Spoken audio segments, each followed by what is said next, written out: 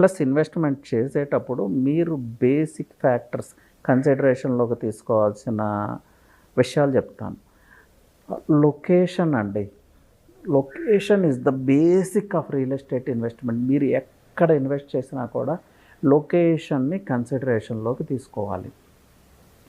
Location అంటే ఇప్పుడు for example Mumbai హైవేలోనే మనం సదాశివపేట వెళ్ళి ఇన్వెస్ట్ చేస్తాం. సదాశివపేటలో ఎందుకు ఇన్వెస్ట్ చేస్తామంటే అక్కడ ఆల్రెడీ హైవే అప్రోచ్ ఉంది.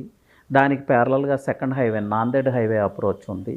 సదాశివపేట తర్వాత ఇది వస్తాం, సదాశివపేటకి బిఫోర్ త్రిబుల్ ఆర్ వస్తూ ఉంది. అక్కడ ఆల్రెడీ ఎంప్లాయ్మెంట్ స్కోప్ ఉంది, పాపులేషన్ ఉంది, పాపులేషన్ డెన్సిటీ కూడా ఉంది అక్కడ.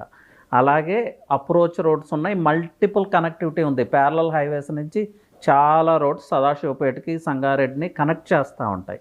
మల్టిపుల్ కనెక్టివిటీ అంటారు. సో ఈ లొకేషన్ మనకి ఇన్వెస్ట్మెంట్కి